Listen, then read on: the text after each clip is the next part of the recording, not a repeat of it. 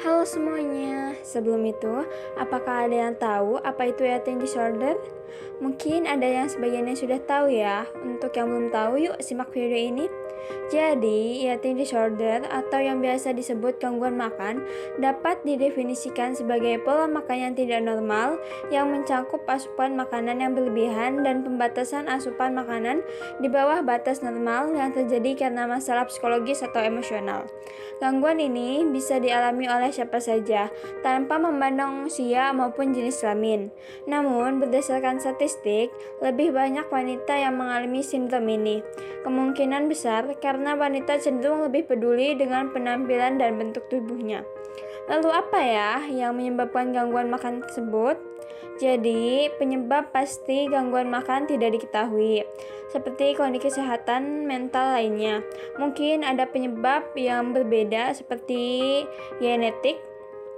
Beberapa orang mungkin memiliki gen yang meningkatkan risiko gangguan makan. Selanjutnya ada biologi. Faktor biologis seperti perubahan bahan kimia otak dapat berperan dalam gangguan makan.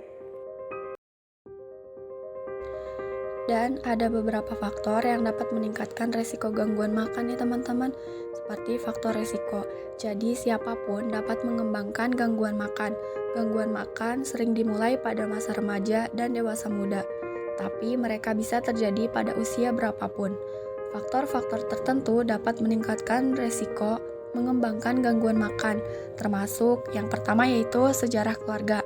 Nah, sejarah keluarga ini seperti gangguan makan lebih mungkin terjadi pada orang yang memiliki orang tua atau saudara kandung yang pernah mengalami gangguan makan. Yang kedua yaitu masalah kesehatan mental lainnya, seperti trauma, kecemasan, depresi, gangguan obsesif, kompulsif, dan masalah kesehatan mental lainnya yang dapat meningkatkan kemungkinan gangguan makan. Yang ketiga yaitu diet dan kelaparan. Seringnya berdiet merupakan faktor resiko gangguan makan, terutama dengan berat badan yang terus naik turun saat melakukan diet baru. Yang keempat, sejarah intimidasi berat badan. Biasanya orang yang diejek atau diintimidasi karena berat badannya yang berlebih mungkin mengalami masalah makan dan gangguan makan. Yang terakhir yaitu tekanan, baik itu kuliah, pindah, mendapatkan pekerjaan baru, atau masalah keluarga, hubungan, perubahan dapat menimbulkan stres, dan stres dapat meningkatkan resiko gangguan makan. Terdapat jenis-jenis eating disorders. Yang pertama yaitu anoreksia nervosa.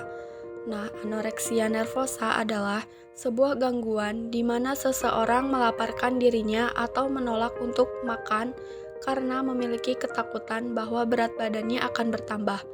Ketakutan bahwa seseorang akan bertambah gemuk menyebabkan orang yang mengalami anoreksia akan melakukan berbagai cara untuk menguruskan diri, biasanya dengan diet berlebihan atau tidak mau makan.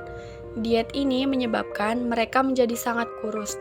Namun, bahkan ketika seseorang sudah sangat kurus, mereka tidak pernah puas dengan bentuk tubuh mereka dan tetap memiliki ketakutan bahwa berat badannya akan bertambah, sehingga tetap melakukan diet atau menolak asupan makanan.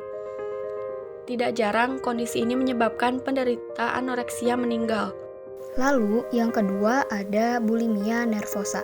Bulimia nervosa adalah sebuah gangguan di mana seseorang akan melakukan binge atau makan berlebih, kemudian melakukan perilaku pengurasan. Perilaku binge atau makan secara berlebihan biasanya dilakukan dalam waktu kurang dari 2 jam, dan lebih mungkin dilakukan saat sedang sendirian pada pagi hari. Penderita biasanya menghindari makanan kesukaan pada suatu hari, kemudian makan berlebihan esok paginya. Ketika klien menyadari bahwa dia telah makan dengan sangat banyak, maka muncul kesadaran bahwa dia harus melawan efek dari menggemukkan dari makanan yang telah dimakannya dengan salah satu atau lebih cara, yaitu dengan sengaja merangsang atau memuntahkan makanan, lalu memakai obat pencahar secara berlebihan, puasa berkala, menggunakan obat seperti penekan nafsu makan, pemakaian preparat steroid, atau diuretika.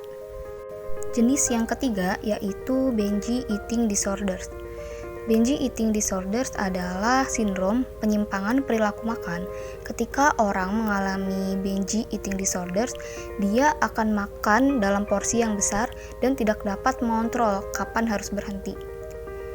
Binge eating disorders tidak seperti bulimia yang setelah mengonsumsi makanan dengan porsi besar kemudian menyalurkan rasa bersalahnya dengan memuntahkan makanannya atau mengonsumsi obat pencahar untuk mengeluarkan apa yang telah dia makan. Walaupun muncul rasa bersalah dan malu akibat kebiasaan tersebut, orang yang melakukan binge eating disorders malah melarikan diri dengan cara mengonsumsi makanan kembali karena berpikir dengan makan mereka akan merasa nyaman dan tenang. Hal tersebut kemudian menjadi sebuah siklus mengonsumsi makanan dengan porsi yang banyak karena merasa tertekan, lalu merasa stres karena telah melakukannya, dan pada akhirnya kembali mengonsumsi makanan sebagai pelariannya. Sebelum melanjutkan, apakah dari teman-teman ada yang merasa seperti gejala-gejala yang sudah jelaskan tadi? Jika memang iya, jangan coba untuk self-healing. Lebih baik kita seek for professional help. Adapun upaya mengatasi eating disorders yaitu yang pertama, penanganan biologis bulimia nervosa. Bulimia nervosa seringkali dikaitkan dengan depresi sehingga penanganan yang dilakukan menggunakan berbagai antidepresan. Dalam studi multisentral, ada 387 perempuan dengan bulimia ditangani sebagai pasien rawat jalan selama 8 minggu. Dikatakan bahwa fluoxetine ternyata lebih memberikan hasil daripada menggunakan placebo untuk mengurangi makan berlebihan dan muntah, serta dapat mengurangi depresi dan sikap menyimpang terhadap makanan dan makanan lainnya.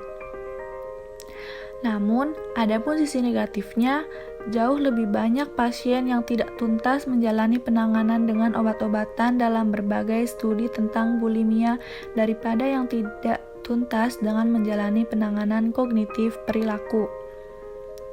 Selain itu, terdapat juga laporan bahwa sebagian besar pasien kambuh ketika pemberian berbagai jenis obat antidepresan dihentikan. Upaya penanganan yang kedua yaitu penanganan psikologis anoreksia nervosa. Meskipun tujuan mempertahankan berat badan dalam jangka panjang belum dapat dicapai secara reliabel melalui berbagai intervensi medis, perilaku, atau psikodinamika sosial.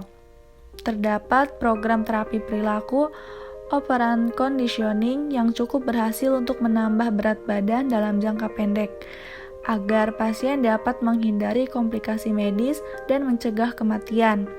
Namun, mengingat bahwa kebanyakan dari penderita anoreksia merupakan perempuan muda yang tinggal bersama keluarga atau masih memiliki keterkaitan dengan keluarga, terapi keluarga menjadi terapi utama dalam penanganan anoreksia ini.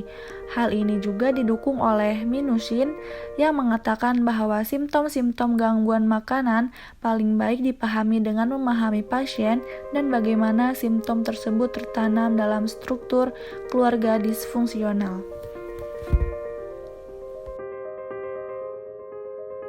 Penanganan psikologis bulimia nervosa. Jadi, untuk menangani bulimia, pendekatan terapi perilaku kognitif dari Verboom 1985 merupakan standar penanganan bulimia yang tervalidasi dengan baik dan paling terkini. Pendekatan ini difokuskan pada mempertanyakan pasien mengenai standar masyarakat mengenai daya tarik fisik, mempertahankan berbagai keyakinan dan mendorong sangat dibatasinya asupan makanan dan mengembangkan pola makan normal. Penanganan psikologis binge eating disorder. Meskipun tidak dipelajari secara ekstensif seperti bulimia nervosa, terapi perilaku kognitif telah terbukti efektif untuk gangguan makan berlebihan dalam beberapa penelitian. Menurut Grillo 2007, CBT untuk binge eating disorder menargetkan binge juga makan terkendali dengan menekankan pemantauan diri, pengendalian diri, dan pemecahan masalah dalam hal makan. Keuntungan dari CBT tampaknya bertahan hingga 1 tahun setelah perawatan. CBT juga tampaknya lebih efektif daripada pengobatan dengan fluoxetine. Grillo 2007, uji klinis terkontrol secara acak telah menunjukkan bahwa terapi interpersonal atau yang disebut IPT sama efektifnya dengan CBT dan CBT swadaya terpadu untuk gangguan makan berlebihan. Ketiga perawatan ini lebih efektif daripada perilaku penurunan berat badan yang sering digunakan untuk mengobati obesitas. Lebih khusus lagi, CBT dan IPT mengurangi binge makan. Sedangkan program perilaku penurunan berat badan dapat mempromosikan penurunan berat badan, tetapi jangan mengekang pesta makan.